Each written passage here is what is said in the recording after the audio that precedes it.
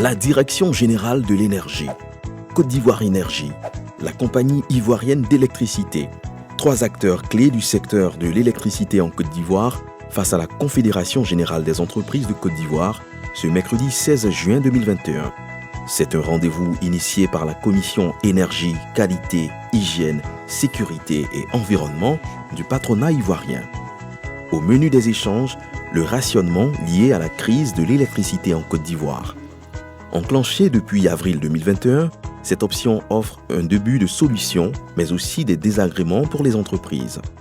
Autant de faits qui nécessitent des échanges permanents entre le comité de veille sur le rationnement et les clients particuliers et industriels. Le secteur privé est confronté aujourd'hui à la baisse de son chiffre d'affaires à cause des jours entiers de coupure d'électricité, à la croissance de ses charges avec l'achat de groupes électrogènes et l'utilisation de diesel importants, à la perte et à la résiliation de certains contrats à l'export, aux menaces de licenciement sur les employés, les CDD, les journaliers qui sont sans activité.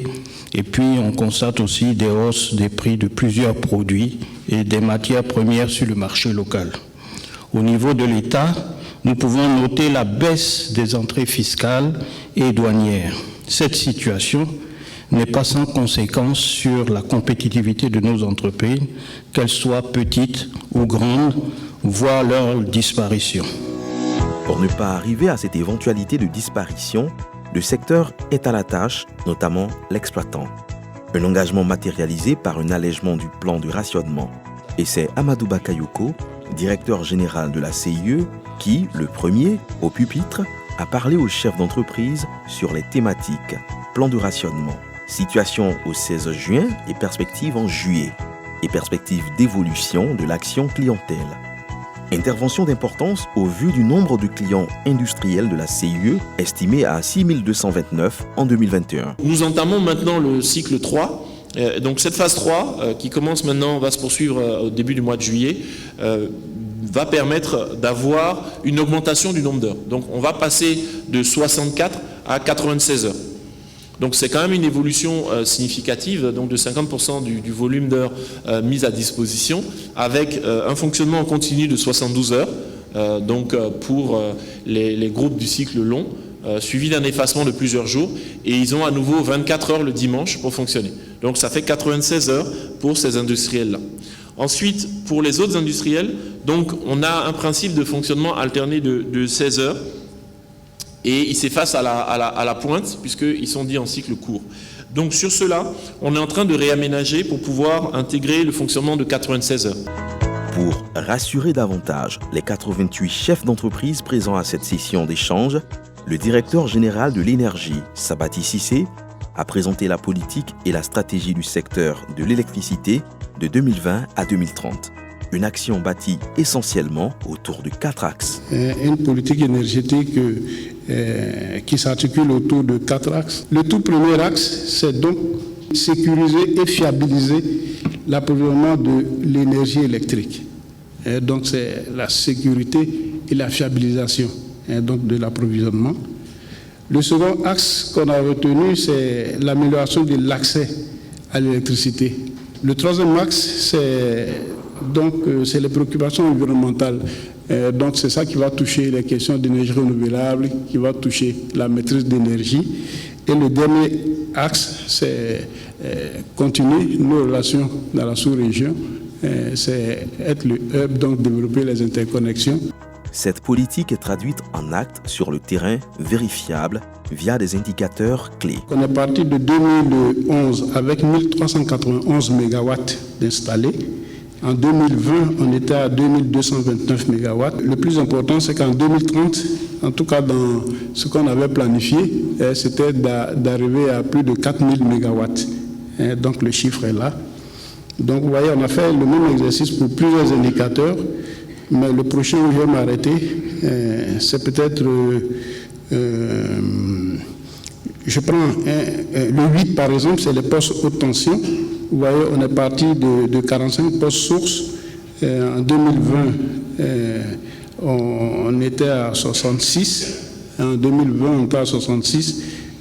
On compte être très proche de 100 postes sources en 2030. La politique et la stratégie de 2020 à 2030 s'accompagnent naturellement d'investissements. Les investissements et la réalisation des projets dans le secteur, c'est le rôle de Côte d'Ivoire Énergie. Plan d'investissement à court, moyen et long terme du secteur de l'électricité, c'est le thème de la présentation d'Amidou Traoré, directeur général de Côte d'Ivoire Énergie.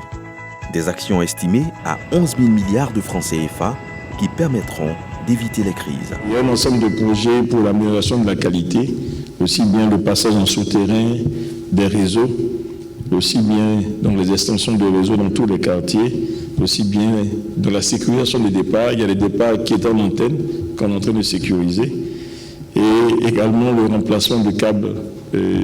Donc c'est vétuste. Vous voyez, dans la ville, on a perforé pratiquement toute la ville. Il y a des mises en service, je crois que le DG du CIU en parlait. Il y a des mises en service. Il y a plus de 400 projets comme ça sur la ville d'Abidjan. 400 ouvrages qui sont terminés, qu'on est en train de mettre en service de façon progressive. Et tout ceci, c'est pour améliorer la qualité de la desserte, aussi bien dans les zones industrielles que dans les zones non résidentielles.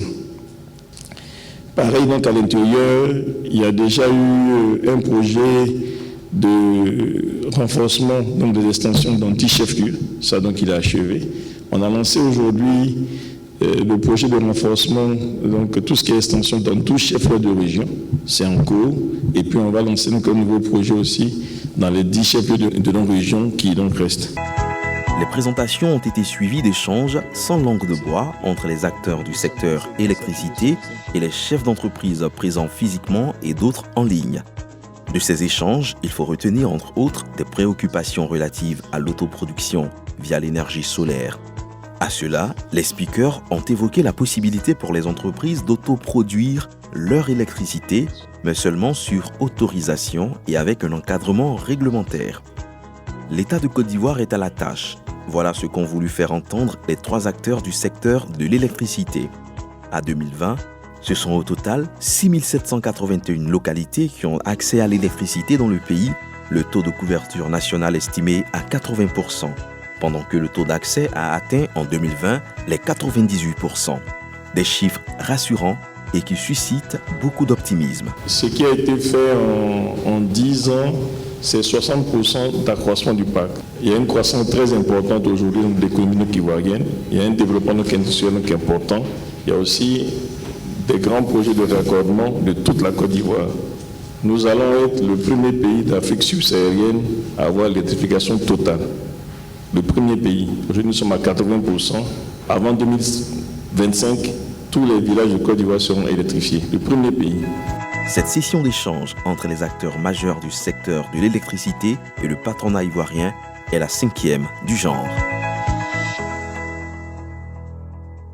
Côte d'Ivoire Énergie. Construire la Côte d'Ivoire électrique.